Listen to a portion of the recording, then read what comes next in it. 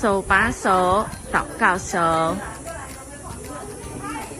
嗨，其实我们来到这里是一个，猜猜看，一个好天气哦。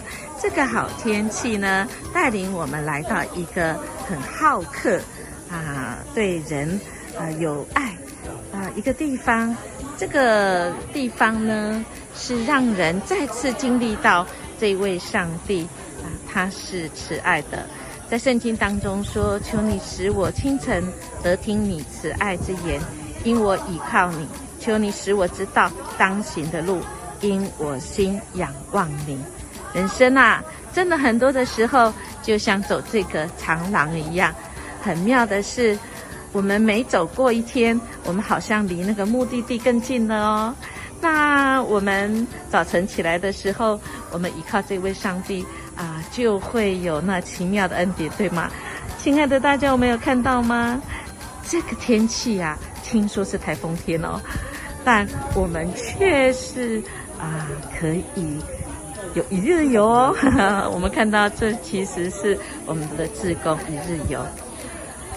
志工他们平常都是在服务别人，但因着心中有爱，不管是不是基督徒，全人生命教育协会，桃园市全人生命教育协会，因着有许多的人，他们对这社区有爱，对土地有情，对人有爱，以至于愿意回应，好不好？我们来分享一下，在我们生命中有没有被善待怎么样被招待的呢？因为我们这个地方呢，就叫做好客村哦。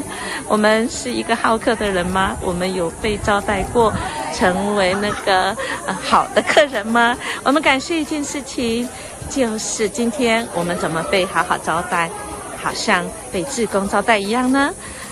他带到一件事，就是我们有没有过不知道怎么去招待人的，因为有些人其实在我们生命中其实是 OK 然后我们也为这个事情来祷告哦，为这个人来祝福哦，好不好那再来就是家庭，我们曾经被好好的招待吗？